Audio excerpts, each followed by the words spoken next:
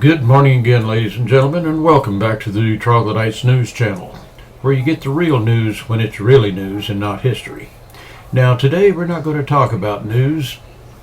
I'm going to make a prediction. I'm going to predict what you're going to see tonight when Barack Hussein Obama, the Muslim occupant of the White House, makes his final State of the Union address. The State of the Union address for 2016 will be the final address for Barack Hussein Obama and so many Americans who are right now worried about what's going to happen in their country, who are afraid of the Muslims coming in and taking over this place, and who are frustrated with what Barack Hussein Obama has done so far to help his country. So anyway, let's talk about the State of the Union address. This could be the largest one he's ever had. Now, this will be probably half again as large as the one last year, where there were about 32 million people that viewed that, and that's the lowest since Bill Clinton was fending off questions on his blowjobs 15 years ago. But anyway, back to the Muslim.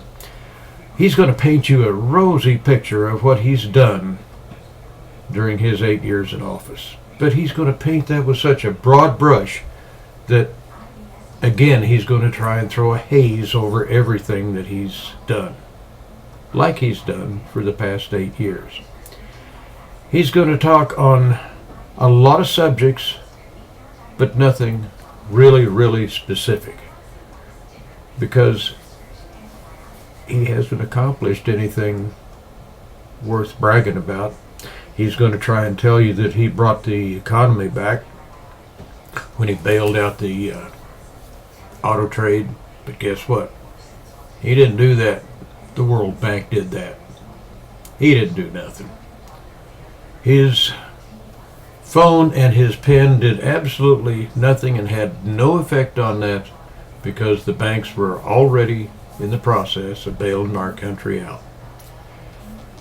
He's going to talk very, very little about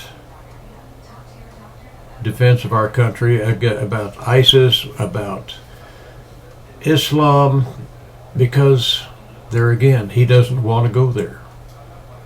He doesn't want a very narrow brush on that one, because he's brought more Muslims into this country. He has ignored immigration in this country. He has deported no one of any consequence, and therefore we have had high crime rate by Muslims, high crime rate by immigrants from South America, Middle America, but if you'll notice, none from Canadians, because they don't want to come down here.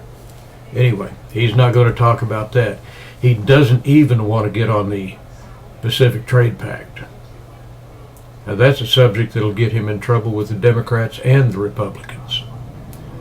So those are some things to watch for when he comes in. Also, I'd like to have you watch the new Speaker of the House, Paul Ryan.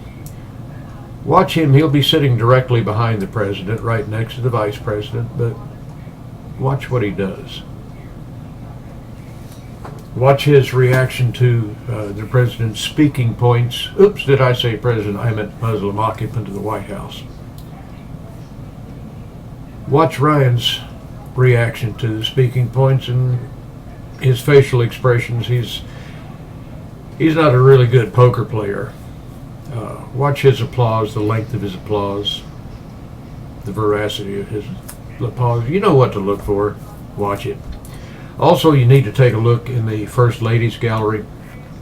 Now, she's going to have some people up there. She's going to have people up there that are going to represent certain speaking points in the President's speech, and also certain highlights in his career as President. So let me run through these right quick. They're going to have a Syrian refugee, I'll get it out in a minute. A Syrian refugee who's going to represent 3 murders and numerous sexual assaults across the United States. Now it's come to light in Germany, and in France and in how many other places that they've let these people in. Because these are not all the 3-year-old boys and old women that the president was talking about. He knew exactly who he was bringing into this country. He was bringing in murderers and rapists and fighters. Look for the lead plaintiff in the landmark gay marriage Supreme Court decision. That's the guy that's going to represent the moral decay of our country, which has occurred mostly through the reign of Barack Hussein Obama. And of course then the third representative is going to be a dreamer.